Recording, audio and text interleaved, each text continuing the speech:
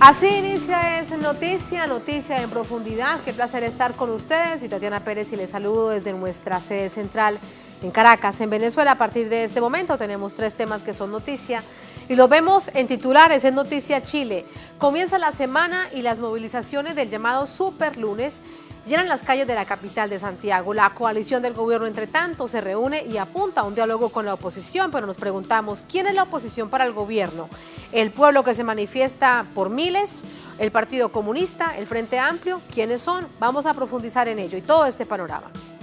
Segundo tema que es noticia, Bolivia. Desde la OEA, el canciller de esta nación, Diego Pari, denuncia que la democracia de su país sufre graves amenazas provenientes de grupos fascistas. Ante este órgano presentó además las pruebas. Al mismo tiempo, tras un percance aéreo, el presidente Evo Morales continuó con su agenda de trabajo. Tenemos estos hechos de la jornada y los analizamos.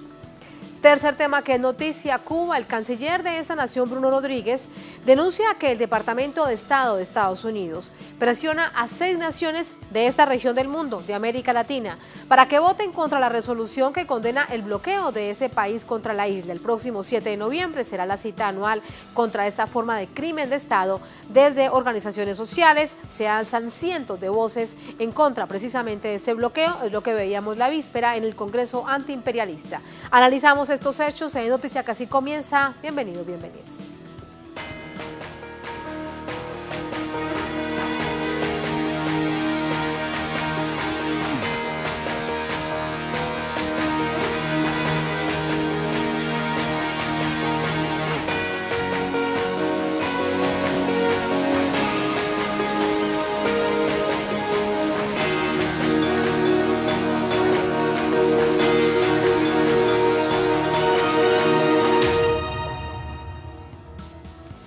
En Noticia Chile se cumple la tercera semana de protestas con este llamado Superlunes, en el que se movilizaron más de 100 organizaciones sociales y de gente también de manera espontánea por cientos en todo el país, también centrales obreras y de trabajadores que han emprendido un paro general.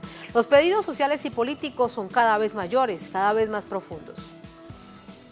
Más de 100 organizaciones sociales agrupadas en la Mesa de Unidad Social protagonizan este lunes una agenda de concentraciones, marchas y cacerolazos en todo el país.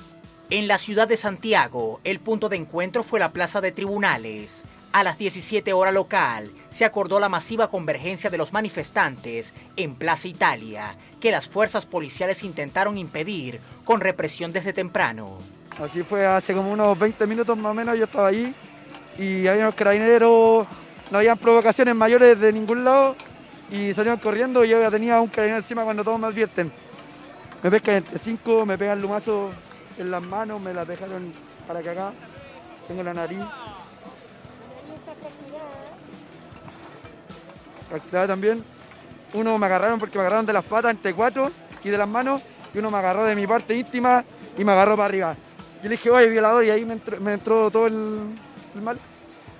Le dije, oye, violador, y la gente menos mal me vino a rescatar y pudimos dar vuelta a la cosa. El pasado 25 de octubre, más de 1 millón de personas se reunieron en el mismo espacio para exigir la renuncia del presidente Sebastián Piñera. Desde hace días, el pedido es mayor. Los ciudadanos exigen a los legisladores frenar la llamada agenda social del gobierno, que consideran solo apuntan a profundizar las desigualdades y sumaron el reclamo de un proceso constituyente. Esta semana, la Comisión de Constitución de la Cámara de Diputados continuaría el debate de modificación de la Carta Magna, heredada de la dictadura, para habilitar la participación ciudadana en un eventual proceso constituyente.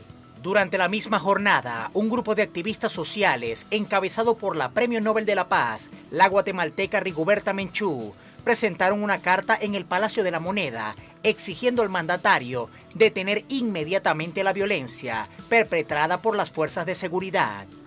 Va a tener que haber reformas profundas, eso lo saben ustedes.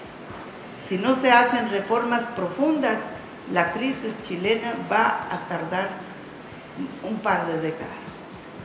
Así se desarrolla la tercera semana de una crisis sin salida a la vista y que desgasta al gobierno de Piñera. 17 días de movilizaciones que no se detienen. ¿Cómo ha finalizado esta jornada? ¿Qué pasa a esta hora de la noche? Conversamos de ello con nuestra corresponsal en Santiago, Paola Dragni. Paola, ¿cómo te va? Buenas noches.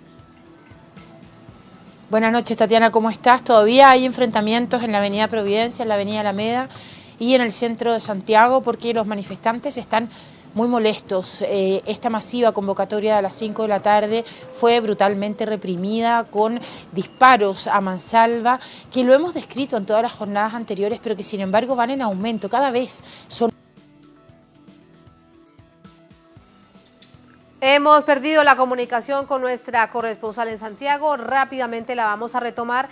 Entre tanto, si les parece, vamos a revisar qué ha pasado con la popularidad del presidente de Chile, Sebastián Piñera, que sigue en caída, de acuerdo a los últimos sondeos de opinión. Según la consultora Cadén, el respaldo al presidente Piñera se ubica en un 13%. Es la cifra más baja para un mandatario chileno desde el regreso de la democracia al país. Un 79% de los encuestados reprobó la gestión del jefe de Estado, mientras que el 64% calificó como negativo el cambio de gabinete ejecutado por Piñera. Eso fue hace una semana. El rechazo al presidente chileno se incrementó tras el inicio de las protestas populares que demandan una constituyente y su renuncia, la renuncia del jefe de Estado.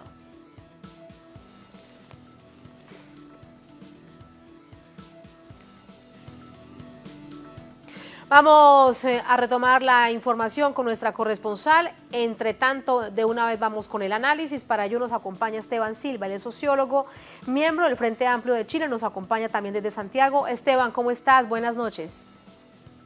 ¿Cómo estás? Buenas noches. Gracias por acompañarnos. Primero déjame preguntarte, para tratar de entender en clave latinoamericana, ¿qué es lo que pasa en Plaza Italia? ¿Por qué Carabineros o quien sea que dé la orden no permite que haya una masiva movilización en esta zona de la capital? ¿Qué es lo que significa para el gobierno que hayan cientos de personas allí? ¿Por qué este nivel de represión cuando ven que llega un gran número de personas? Mira, la Plaza Italia, que ha sido incluso rebautizada por los manifestantes en los últimos días como Plaza de la Rebelión del Pueblo de Chile, ¿no? Es un punto de concentración de la ciudad que está en el punto de conexión de la gran avenida de las Alamedas, ¿no? Que va hacia el centro de Santiago y hacia la zona oriente, que son los barrios más acomodados, si tú quieres, ¿no? Que le llaman los barrios altos, porque son los faldeos de la cordillera, hacia arriba. Y por lo tanto es un punto de conexión, de afluencia, tanto de la movilización como del metro, el subterráneo, ¿no? En este caso, de puntos de conexión de gran circulación de personas. Eso es lo primero. Por lo tanto, en los últimos 14 días ya, ha sido un punto de concentración masiva de manifestantes y que tiene un carácter político simbólico. Por cierto que la movilización ha alcanzado todo el país, ¿no? Pero ese es un punto que tiene un enorme carácter simbólico porque es un punto de conexión, digámoslo, entre los dos Chiles, ¿no? Entre el Chile de la gran mayoría, el Chile de las y los trabajadores, de los sectores populares, etcétera, y las conexiones hacia los barrios acomodados, de los privilegiados, hacia los faldeos del cerro, hacia la cordillera de los Andes. Y esto no es menor. Claramente en todas las rebeliones, las manifestaciones de desobediencia civil importantes que hemos conocido en muchos lugares del mundo, las plazas, los parques, estos centrales, cuando son ocupados simbólicamente por personas organizadas, donde hay mucha creatividad en la movilización, una energía muy positiva como la que ha generado en la Plaza Italia miles de personas, ¿no?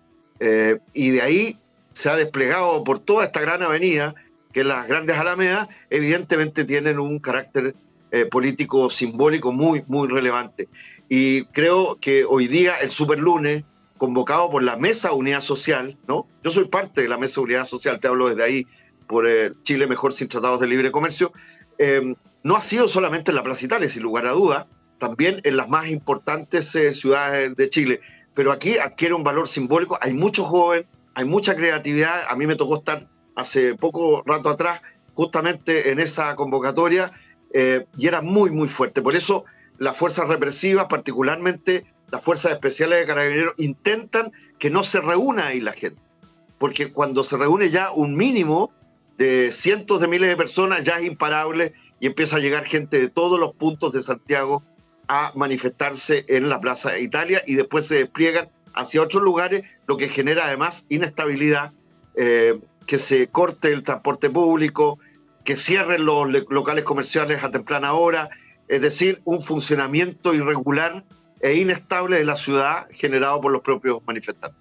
Esa es la razón, eso es lo que hay detrás. Era muy importante entenderlo. Esteban, quédate con nosotros, seguimos recibiendo información con nuestra corresponsal en Santiago, Paola Dragni. Paola, nos estabas contando de precisamente lo que ha significado todos estos días Plaza Italia, sus alrededores y cómo finalizaba la jornada. Así es, Tatiana. Bueno, todavía no finaliza mucho. Estamos en un edificio justo arriba de Plaza Italia, un poco mirando la situación desde acá y se siguen escuchando los cacerolazos, se siguen escuchando los disparos de este tipo de armamentos que tengo acá, que son los armamentos disuasivos. Tú caminas por Plaza Italia y chocas con estas cosas de tantas que hay en el piso. Gases CS, cuyo antídoto es el tiosulfato de sodio al 5% o el bicarbonato de sodio, que es lo que la gente se está echando en la cara, y estos son los balines de goma, con lo que más de 170 personas han perdido o su globo ocular o la capacidad de visión en uno de los ojos, convirtiéndose en uno de los países que tiene más daños y lesionados por parte del Estado de Chile en el tema ocular, en todos los conflictos del último tiempo. Esto nos lo confirmaba el doctor Mesa, vicepresidente del Colegio Médico y también experto oftalmólogo. Una jornada que fue tremendamente reprimida, y eso era justamente lo que te estaba comentando. Había muchísima gente en Plaza Italia. Todavía no hay cifras oficiales porque los medios de comunicación se están resistiendo a venir a cubrir ahora estas manifestaciones y están tratando de irse hacia otros temas, como por ejemplo el daño de los semáforos. Todavía en Chile no se sabe cuántos muertos ha habido en estas jornadas de protesta, pero los medios de comunicación nacionales están preocupados de que hay 500 semáforos que no están funcionando. Esa es la tónica y eso es lo que más aún indigna a la gente que está en la calle. Nosotros pudimos ver desde un lugar privilegiado, transmitimos para Telesur, cómo la gente estaba en un festival. Llegaron muchas bandas de música, micros que recuerdan estas buses antiguos de la época de la dictadura, en fin, una marioneta del presidente Sebastián Piñera muy grande. Esa era la tónica y el carro lanzaguas arremetía una y otra vez en contra de los manifestantes que se reagrupaban y volvían a tomar la Plaza Italia. El óvalo de la Plaza Italia se ha convertido en una especie de símbolo de territorio en disputa. Entra Carabineros, logra echar a los manifestantes se reagrupan y vuelven a tomar este espacio organizándose. Por ejemplo, cuando caen estas bombas las ahogan dentro de botellas de agua o bien ocupando conos, los mismos conos policiales u otro tipo de implementos, o se las devuelven a Carabineros. Es esta guerra y esta disputa donde los manifestantes vuelven a llegar a Plaza Italia. La represión, ¿para qué decirte? Está hoy día plagado de imágenes. Alejandro Kirk nos compartía hace poco varios atropellos donde Carabineros ni siquiera se detuvo a ver a los lesionados que atropelló en estas carreras que hace de incursiones por las avenidas aledañas a la avenida Alameda. Y en ese contexto, en esa autodefensa que se arma de la gente, de que va en primera línea, que devuelve las bombas lacrimógenas, que arroja piedras, también hubo una carabinera que resulta lesionada producto de la autodefensa de la gente en la calle, y ella sí ha sido cubierta. Incluso la ministra de la Mujer, Isabel Pla, ha emitido un Twitter hace 20 minutos lamentando que esta carabinera haya sido lesionada en el contexto de estas manifestaciones. Sin embargo, no ha tenido la ministra Pla palabra alguna para, por ejemplo, las 18 querellas de abuso sexual que están reconocidas por el Instituto Nacional de Derechos Humanos. La ministra de la Mujer en Chile ha guardado silencio respecto de las violaciones y las vejaciones que han sufrido las mujeres que fueron detenidas, tanto en toque de queda como ahora en estas manifestaciones. Tatiana. A ver si es que no todas son chilenas y no todas deben tener apoyo desde la institucionalidad. Es lo que uno se pregunta. Gracias, Paola, por esta información. Buenas noches. Buenas noches. Tatiana. Buenas noches. Esteban, regreso contigo. Y el asunto es que hoy, por ejemplo, el director de Carabineros ante el Congreso decía que sí, que se revisarán los protocolos. Al mismo tiempo, el Instituto Nacional de Derechos Humanos explicaba de manera detallada que se ha roto literalmente los protocolos de Carabineros, pero parece que nada les importa. ¿Cómo entenderlo? Bueno, creo que el gobierno de Piñera está extremadamente débil, está aislado, nacional e internacionalmente. Tuvo que suspender la PEC, como sabemos, y la COP25 estrepitosamente, ¿no? Y se encastilla, se bunkeriza, ¿no? Y en definitiva los procedimientos de las Fuerzas Especiales de Carabineros, que creo que hay que revisar y probablemente disolver las Fuerzas Especiales de Carabineros, y el replanteamiento de la estructura de las fuerzas policiales, han sido brutales. Hay muchos jóvenes y personas que han perdido la vista por perdigones percutados por estas fuerzas especiales, miles de personas que están heridas de una brutalidad policial pocas veces visto, porque es una manera de criminalizar la protesta social y reprimirla con una gran brutalidad. Déjame decirte, Marcela, además, esto es tan extremadamente grave, no solo ha sido denunciado por los organismos de derechos humanos, por las organizaciones de abogados y abogadas de derechos humanos, como el Centro de Derechos Humanos de la Universidad de Chile, el Instituto Nacional de Derechos Humanos, etcétera. Pero además estamos hablando que fue descubierta, tú sabes, ¿no? Por hackeo, un sistema de fichaje para las y los dirigentes principales de la Mesa Unidad Social de Carabineros. Y no solo un sistema de fichaje, un sistema de seguimiento, ¿no? Y un sistema como el viejo estilo y la vieja práctica de la dictadura. Además hay en las redes campañas extremadamente agudas, graves, acusando a los manifestantes o a algunos dirigentes sociales de ser maduristas, del Foro de Sao Paulo, de cosas delirantes, ¿no?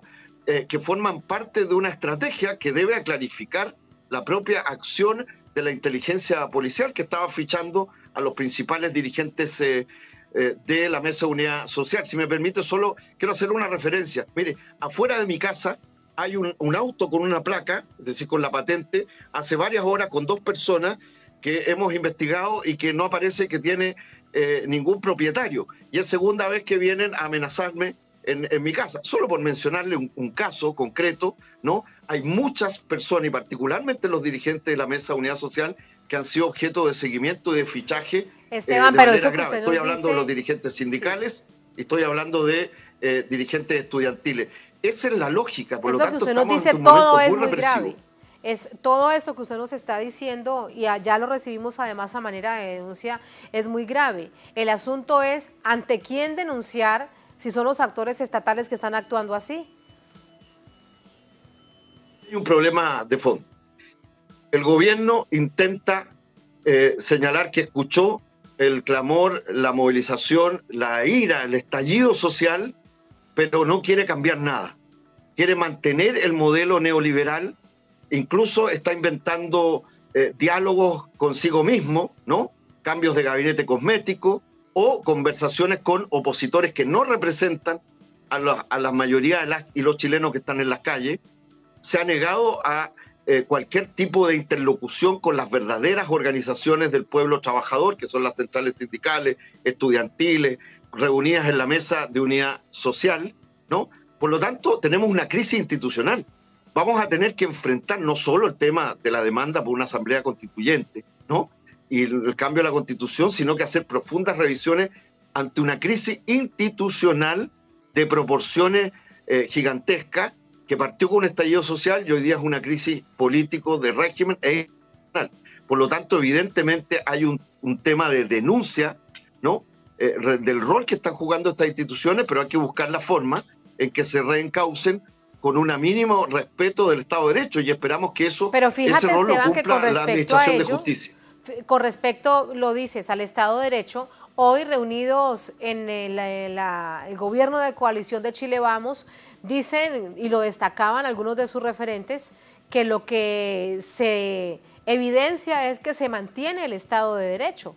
De hecho, desde mismo Estado de Derecho decían, es legítimo llamar a la oposición, te pregunto además como miembro del Frente Amplio, pero no decían a qué oposición. De hecho, también lo conversaba con nuestra corresponsal Paula Dragni, y a quiénes percibes que el gobierno llama a oposición cuando hay miles y miles de personas en las calles.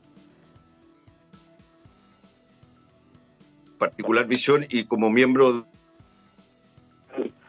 más allá del Frente Amplio, que es unidad social. La verdad es que creo que no hay nada que conversar con un gobierno que se niega a enfrentar los temas de fondo. Hoy día mismo, tú mismo lo señalabas en la nota al comienzo, miles de personas marchamos, manifestamos en torno al Congreso Nacional, a la sede de Santiago, donde está la sede los 10 lunes, digamos, de la Cámara de Diputados y del Senado, organizaciones sindicales, de estudiantes, etcétera, pidiendo que no sigan legislando proyectos de ley que son antitrabajadores, o como el tema de las pensiones, que sigue negando la gran protesta nacional para terminar con las administradoras de fondos de pensiones, o la reforma tributaria que es antitrabajadores. Entonces, lo primero es pedirle al Congreso una huelga legislativa, es decir, que se pongan detrás de las organizaciones de los trabajadores y los movimientos sociales, ¿no? Porque la verdad es que no están representando los parlamentarios el clamor popular y ni siquiera las propias organizaciones sociales. Yo creo que restituir la soberanía a las fuerzas sociales. Ahora, hay varias fuerzas de izquierda, en este caso, que tienen este mismo predicamento. Así lo ha señalado el propio Partido Comunista, ¿no? Que hay que escuchar a Unidad Social, y así lo ha señalado también sectores del Frente Amplio y otros sectores políticos que se están poniendo detrás de Unidad Social, es decir, de la agrupación de la mesa que representa al conjunto de las centrales sindicales, de las fuerzas estudiantiles, los movimientos sociales medioambientalistas, ¿no? Que hoy día tienen una cohesión y unidad y tienen una demanda nacional clarita. No es que no son interlocutores, el gobierno no quiere reconocer que al frente tiene una demanda por cambiar el modelo neoliberal y se escuda diciendo que aquí no hay nadie que lo represente. Pues bien, eso es mentira.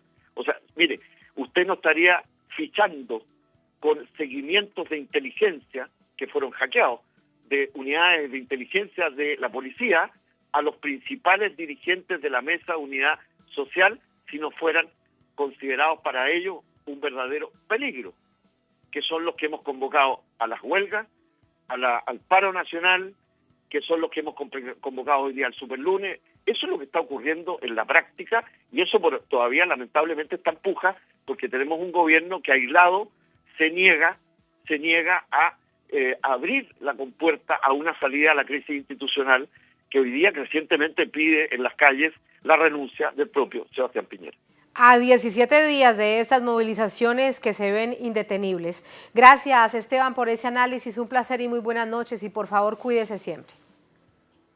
Muchas gracias. Gracias a usted. Buenas noches. Buenas noches.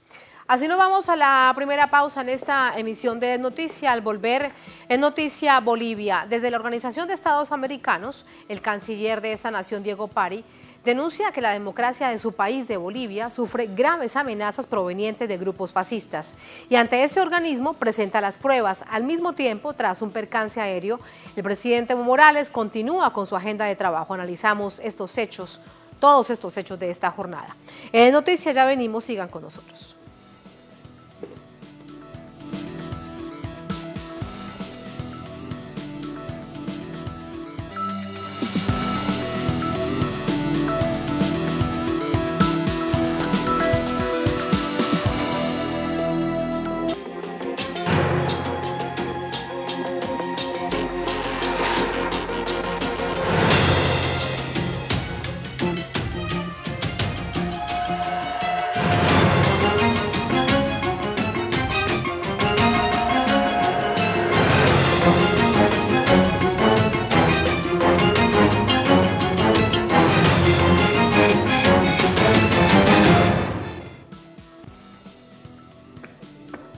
En Noticia Bolivia, el gobierno denuncia el accionar antidemocrático de la oposición que insiste en la violencia y pide la renuncia del presidente Evo Morales. Se niega a esperar resultados de la auditoría que se realiza con la Organización de Estados Americanos. Entre tanto, movimientos sociales de esta nación andina se declaran en completa alerta. Con este panorama vamos a iniciar este bloque con nuestro corresponsal en La Paz, Freddy Morales, con lo último. Freddy, muy buenas noches.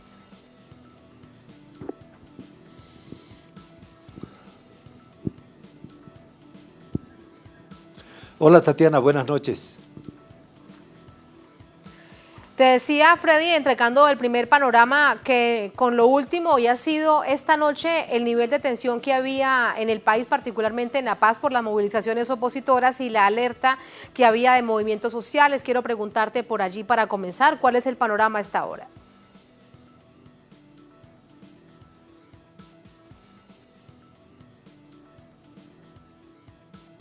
Es de tranquilidad y normalidad, Tatiana, no se ha producido ningún tipo de incidentes.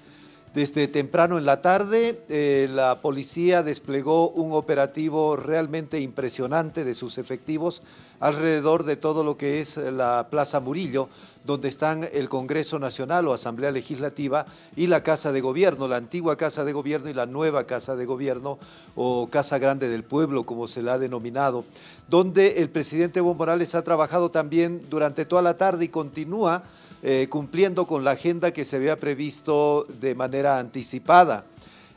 Nos llamó la atención sobre todo esta visita que hubo esta tarde de la señora comerciante minorista de la ciudad de Santa Cruz, que en días pasados fue humillada en extremo en la ciudad de Santa Cruz por cuestionar el paro cívico que viene ya cumpliendo como 13 días continuos.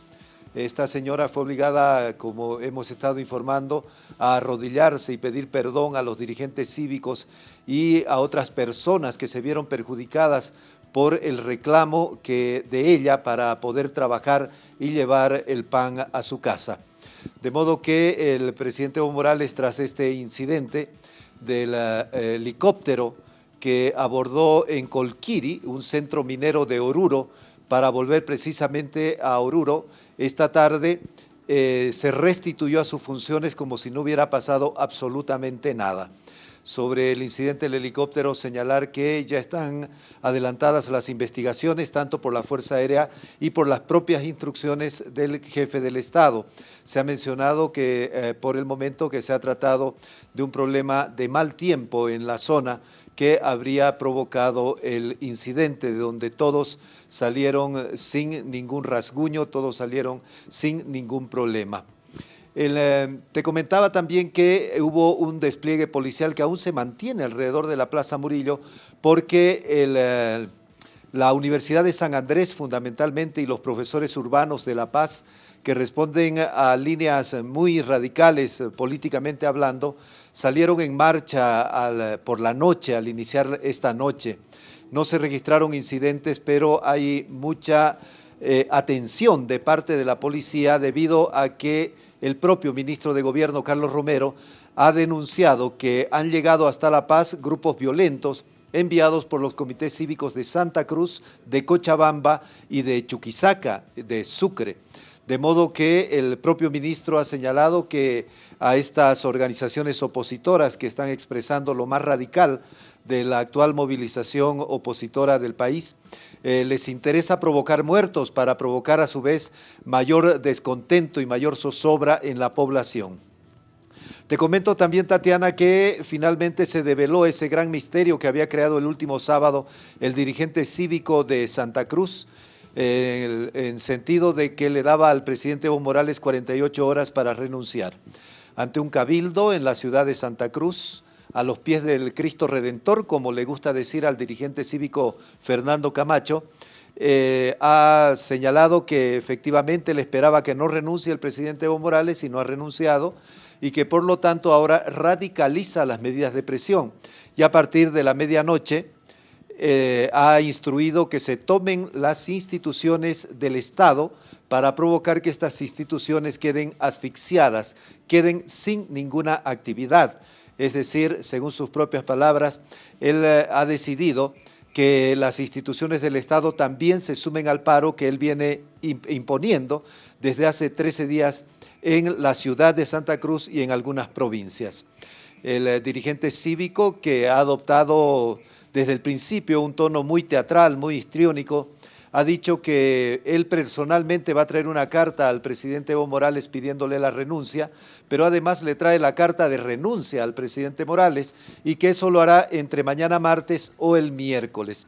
De modo que a eso se redujo esa expectativa que había abierto este personaje del departamento de Santa Cruz, Tatiana. Por lo demás, el trabajo de la Organización de Estados Americanos y otros expertos internacionales continúa sobre el informe o sobre el resultado de las elecciones del pasado día 20 de octubre. Llama mucho la atención el hecho de que ante estos expertos que están realizando una auditoría a profundidad de lo que fue el voto del domingo 20 de octubre de los bolivianos y bolivianas, el candidato Carlos Mesa se haya rehusado a participar, pero no solo a participar haciendo como veedor del trabajo de estos expertos, sino que tampoco quiere exponer lo que él llama tiene suficientes documentos que prueban un descomunal fraude, según sus propias palabras. El presidente Evo Morales, el canciller Diego Pari y otras autoridades del gobierno le han invitado a que vaya y presente, que esa es la instancia para que él pueda demostrar de que efectivamente tiene pruebas de un fraude. Pero el candidato Carlos Mesa ha optado por mantenerse al margen y simplemente continuar exhortando a la población, a sus seguidores, a mantener medidas de presión como bloqueos de calles fundamentalmente en 5 de las 9 capitales de departamento del país, entre ellas la ciudad de La Paz, está también la ciudad de Oruro, de Potosí, de Tarija, de Santa Cruz y de Chuquisaca. Sobre todo aquí en La Paz los bloqueos son pequeños, se podría decir, porque solo se producen en algunos barrios y en los barrios más acomodados fundamentalmente. Es la situación hasta el momento sobre lo que está ocurriendo en Bolivia. Gracias por todos esos detalles, Freddy. Así finaliza la jornada cargada de información con nuestro corresponsal Freddy Morales, que nos mantenía al tanto. Vamos ahora con el análisis. Para ello nos acompaña Manuel Mercado, especialista en comunicación política, también con nosotros desde La Paz. Manuel, ¿cómo estás? Buenas noches. Buenas noches, Tatiana. Un saludo a toda la gente que nos sigue por Telesur. En la sede de la Organización de Estados Americanos, esta jornada, el canciller Diego Pari denunciaba de nuevo que lo que hay es un ejercicio antidemocrático, un ejercicio en donde no importa el fraude, que eso es una excusa, donde no importa el llamado a la segunda vuelta electoral porque es una excusa y lo que hay es un intento para derrocar el gobierno. Los elementos puestos sobre la mesa entonces sobre un hecho tan complejo para el país y sobre el que hay además tanto nivel de tensión. Creo que es muy evidente, es cierto lo que ha anticipado el canciller Diego Pari y lo que también anticipó en su momento el presidente Evo Morales. El día de hoy hemos visto un nuevo capítulo, un nuevo escenario que se está abriendo dentro de este intento de golpe, porque justamente ha sido Luis Fernando Camacho, el presidente del Comité Cívico de Santa Cruz, quien ha avanzado de manera muy clara sobre este escenario de golpe. En su alocución, tal como señalaba Freddy Morales hace unos minutos, se ha hablado de un desacato, un desconocimiento de la autoridad elegida, lo cual ya implica definitivamente una ruptura del ordenamiento que tenemos. Ha instruido en realidad la toma y el bloqueo de entidades del Estado, el bloqueo a los cobros de impuestos que viene recibiendo y viene ejecutando el Estado boliviano, un llamamiento abierto al desacato y la movilización a las calles, carreteras y fronteras. Y finalmente, y eso también es un tema muy, muy importante, es un llamamiento a la policía, a la cual ha ofrecido garantías para, en este caso, que puedan no bloquear ese tipo de actividades y este tipo de actitudes que son abiertamente golpistas. Entonces, si eso no es un avance en una línea golpista, yo definitivamente no sabría a qué llamarle un golpe de Estado, pero es clarísimo que estamos ante un intento de romper con el orden constitucional, romper con el orden legal y un desconocimiento abierto a las instituciones y a preceptos básicos como el respeto a los derechos tanto humanos como a los derechos civiles que tiene la población boliviana. Aquí hay varias preguntas por hacerte. ¿Y por qué Camacho, esa es una de ellas, y no el propio Carlos Mesa? ¿Es acaso que quieren cambiar los roles? Eso es lo primero. Y lo segundo, que va directamente unido. Manuel, ¿tiene la fuerza este señor Fernando Camacho para tratar de bloquear todo un país? Bueno, la primera pregunta. estamos en una coyuntura en la cual la oposición, tanto la política como la oposición, llamémosla cívica, están agudizando su quiebre. Es decir, estamos en un momento en el cual se está desgastando la movilización y la oposición en general en el país. ¿Sí? Son 2 semanas de paro que han afectado especialmente a los que menos tienen, a los que viven el día a día, los transportistas, los vendedores en la calle. Es decir, hay una afectación real a un sector muy importante de la población. Eso, pero también implica que otros sectores, por ejemplo, aquellos empresariales que no pueden vender, que no pueden tener una actividad normal, también se están viendo afectados. Entonces, se está resquebrajando y se está debilitando este bloque, que nunca fue un bloque muy homogéneo, el bloque de oposición. Y cuando tú tienes un proceso de debilitamiento, necesariamente vas a tener también una radicalización de ciertas medidas, ¿no? Entonces, es el primer elemento para analizar. Es decir, tenemos una coyuntura de progresivo debilitamiento y resquebrajamiento de la unidad opositora. Y por el otro lado, también tenemos que entender que estamos ante una reconfiguración del escenario político en el espacio de la oposición, porque lo que está haciendo Luis Fernando Camacho es consolidarse como un nuevo líder regional, en este caso en la región de Santa Cruz de la Sierra. Recordemos que en estas elecciones, a raíz de una serie de hechos que no tienen mucho que ver con la política, como el incendio que hubo en la Chiquitanía, se pulverizó la oposición política tradicional en Santa Cruz y ha emergido una nueva oposición, pero que en realidad tiene raíces muy profundas, raíces muy enquistadas dentro del imaginario colectivo cruceño. De ahí la apelación a cierto tipo de valores tan profundos como los valores religiosos y los valores regionales. Entonces, y allí además, Manuel, algo tan grave, y es que si se quedara en lo religioso, pero además es el racismo y la xenofobia sobre la que tanto se ha luchado, sobre todo en este gobierno y a través de los movimientos sociales, en realmente eliminar del país, y vemos de nuevo expresiones de ese tipo. Ahora, fíjate, hay respuesta de las fuerzas militares a ese llamado que hace a la sublevación el señor Camacho. Lo que parece entonces es que desde la institucionalidad le están enviando claros mensajes. Fuerza Armada del Estado Plurinacional de Bolivia comunica a la opinión pública, habla de la coyuntura, dice que se debe mantener el orden constitucional, la estabilidad, la tranquilidad del Estado, y las fuerzas militares velarán por el mantenimiento de la democracia, la unidad del pueblo boliviano, la integridad de la soberanía nacional. Clarísimo lo que está allí. Además, esto que tenemos en pantalla es lo que teníamos, además, que ya nos estaba contando Freddy Morales, y tiene que ver precisamente con lo que ha dicho esta noche el señor Camacho. Lo que yo te estaba hablando era de otra cosa, el comunicado en este momento de las fuerzas militares llamando a la estabilidad democrática del país. Totalmente de acuerdo, mira, con todo lo que tú dices. Muy en el fondo, esta movilización, este sector más radical, cívico radical, tiene fuertes raíces, tanto xenófobas como racistas. Eso ya lo hemos visto, estamos repitiendo el mismo esquema del año 2008, en el intento de golpe cívico prefectural.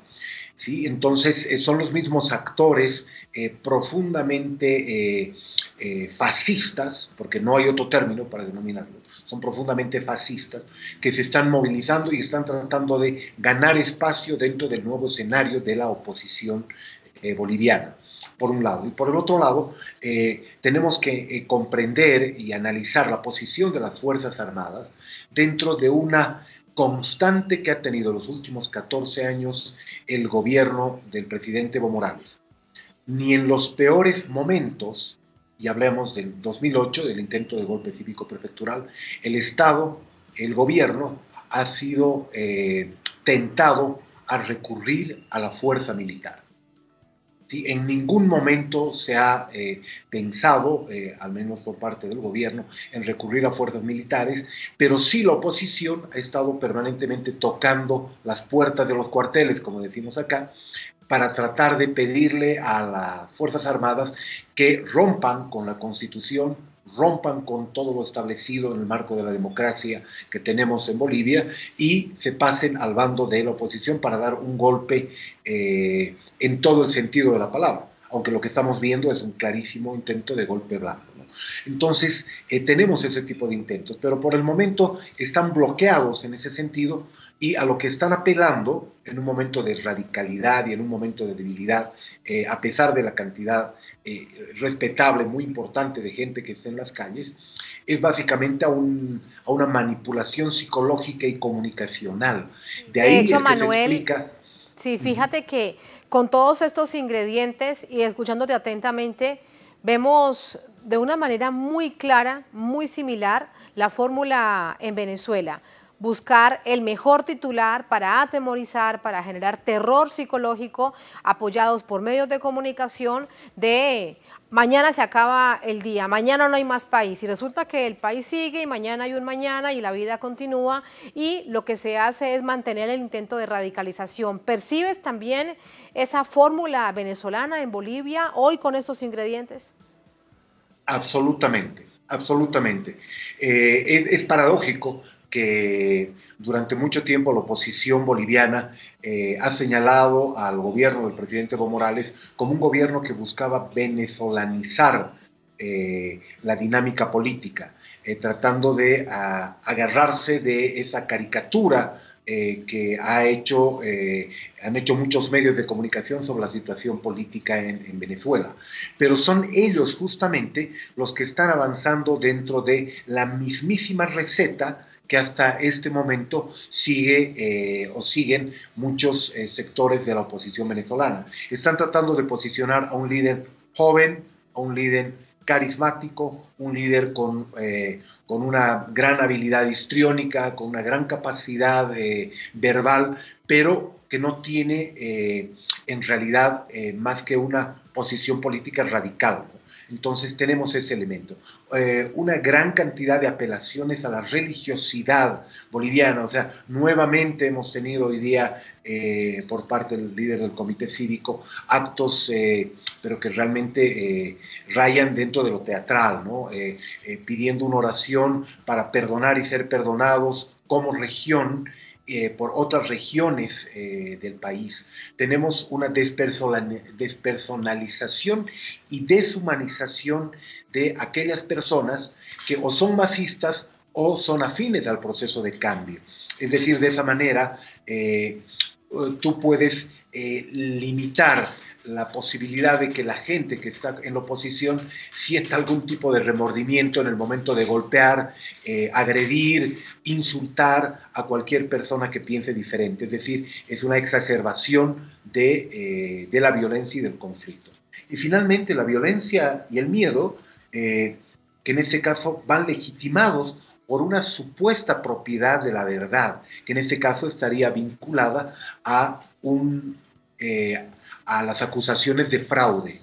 En ese caso ni siquiera han esperado para consolidar sus acusaciones de fraude, ni siquiera que haya un conteo definitivo por parte del Tribunal Supremo Electoral. Es decir, estamos ante un intento de golpe blando, de manual, de receta, que ya lo hemos visto lamentablemente, no solamente en Venezuela, sino también en otros países de Latinoamérica.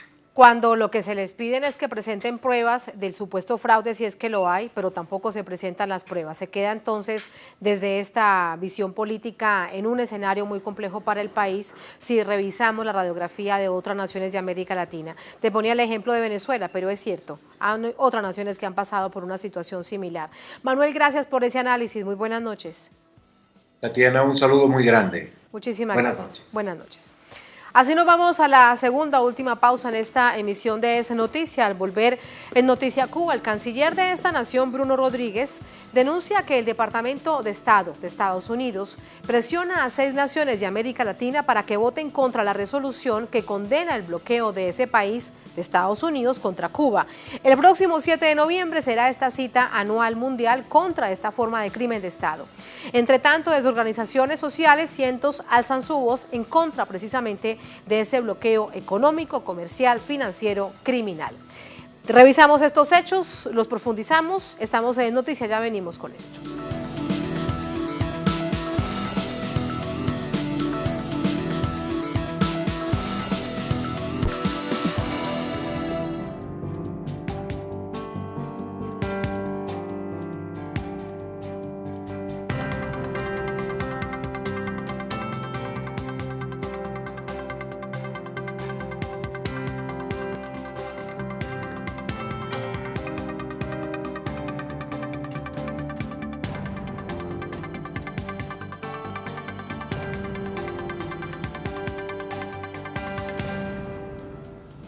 Como les decíamos antes de la pausa de Noticia Cuba, el canciller de esta nación, Bruno Rodríguez, ha denunciado que el Departamento de Estado de Estados Unidos está presionando a 6 naciones de América Latina para que voten a favor de Estados Unidos. Recordemos que cada año, el próximo 7 de noviembre será en esta oportunidad, el mundo entero escucha sobre las causas y las consecuencias de un bloqueo de más de 50 años económico, financiero y comercial de Estados Unidos, un bloqueo unilateral de Estados Unidos contra la mayor de las Antillas, contra Cuba. En ese sentido, todas estas naciones del mundo han votado en contra del bloqueo, es decir, a favor de Cuba, en contra de Estados Unidos. Así lo decía el canciller Bruno Rodríguez. Que el Departamento de Estado de los Estados Unidos de América viene desplegando intensas acciones de presión y chantaje contra Estados miembros de las Naciones Unidas con el propósito de erosionar el patrón de votación de la resolución de la Asamblea General, necesidad de poner fin al bloqueo económico, comercial y financiero impuesto por los Estados Unidos de América contra Cuba, que dicho órgano considerará los días 6 y 7 de noviembre próximos. Lejos de atender al reiterado llamado de la comunidad internacional, que durante más de 2 décadas ha adoptado esta resolución de manera prácticamente unánime, Estados Unidos realiza maniobras adicionales para dificultar su adopción. Las presiones que he mencionado se ejercen especialmente contra países latinoamericanos. En la penúltima semana de octubre, es decir, hace apenas una semana, fueron convocadas en Washington por el Departamento de Estado las embajadas de 4 países latinoamericanos con el objetivo de obtener su voto en contra de dicho proyecto de resolución. La reunión que acabo de mencionar se une a intensas gestiones directas realizadas por las embajadas estadounidenses en las capitales de 6 países latinoamericanos, ejerciendo presión con el propósito de forzar un cambio de voto. Es conocido el modo burdo en que el gobierno del presidente Donald Trump ejecuta diversas formas de condicionamiento y chantaje para alcanzar objetivos de política exterior.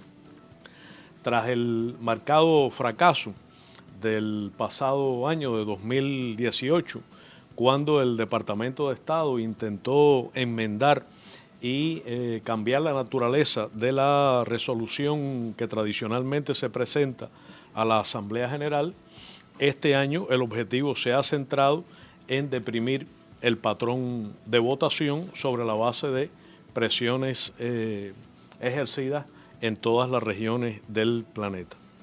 Cuba sabe que cuenta con el apoyo unánime de los pueblos latinoamericanos y del planeta y espera que ningún gobierno de la región se someta a los dictámenes anticubanos de Washington, dando la espalda a la reconocida voluntad de sus respectivos pueblos, a la opinión pública mundial, al derecho internacional y a las más elementales normas de ética y justicia.